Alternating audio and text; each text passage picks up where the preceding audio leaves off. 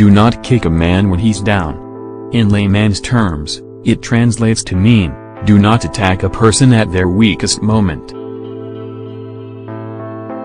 On Wednesday night, as news filtered in about the power bike accident involving Yusuf Buhari, the son of President Muhammadu Buhari, Nigerians on various sides of the political divide put aside their differences and offered prayers for his quick recovery.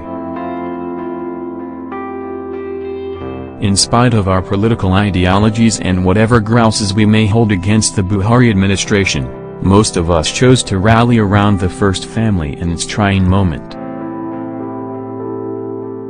We realized that our shared humanity surpasses whatever strands of discord that pull us apart, and chose to be not just sympathetic, but also empathetic to the plight of our nation's leader and his family. As a human being, I was glad to see die-hard critics of the president, including members of the opposition party, reach out with kind words of prayer. And as a Nigerian, I was glad to see that despite the current travails, my nation had not lost its heart. Yet, amidst the plethora of good wishes, there were also pockets of negativity from certain individuals, most notable among whom was the former Minister of Aviation, Femi Fani-Kayode, who chose to use such a sensitive occasion to score cheap political points.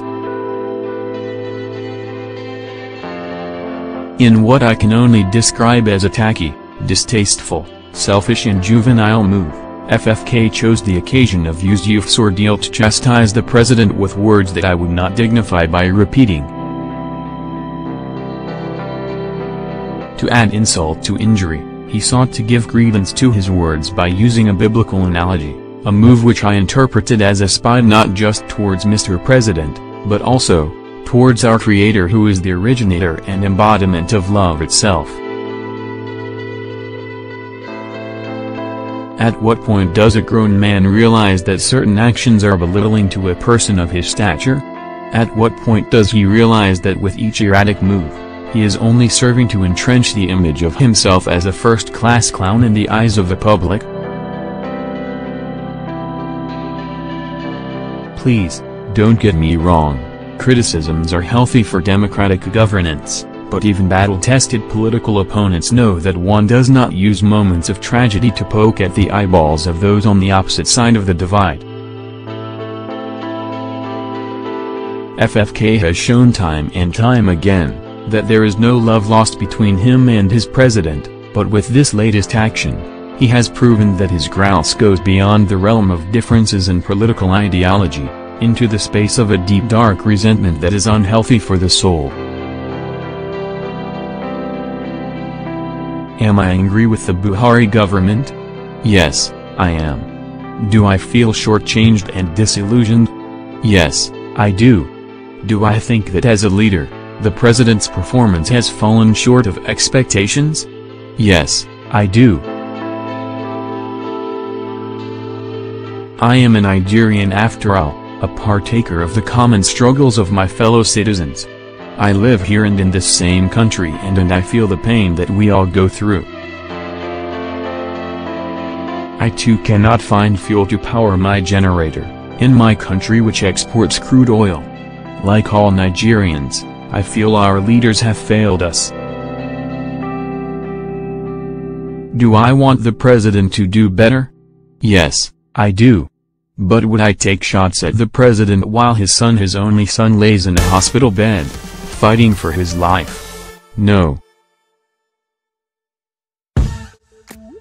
I don't know what FFK was thinking when he sent out his distasteful tweets, and heck, I don't know what he thinks half of the time he picks up his phone or opens his mouth to speak. But whatever it was that compelled him to send out such awful messages, it was toxic and highly toxic. One would have expected that as a father with a son of his own, FFK would have been sensitive, at a time when sensitivity is needed. But then, who am I kidding? It's FFK after all, and how can I ever expect better from such a man? In conclusion, I would say this: my thoughts and prayers are with Yusuf Buhari at this time, and I join millions of other Nigerians in wishing him a speedy recovery.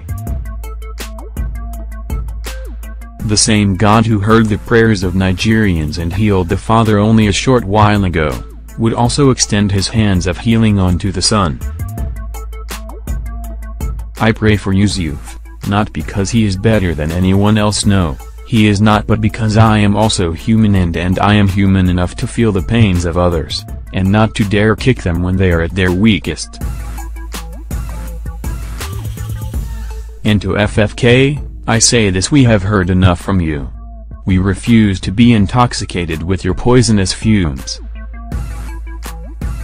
If you have nothing good to say to a family going through tough times, then please, do us all a favor and keep quiet. This opinion piece was written by Buchi Obichie.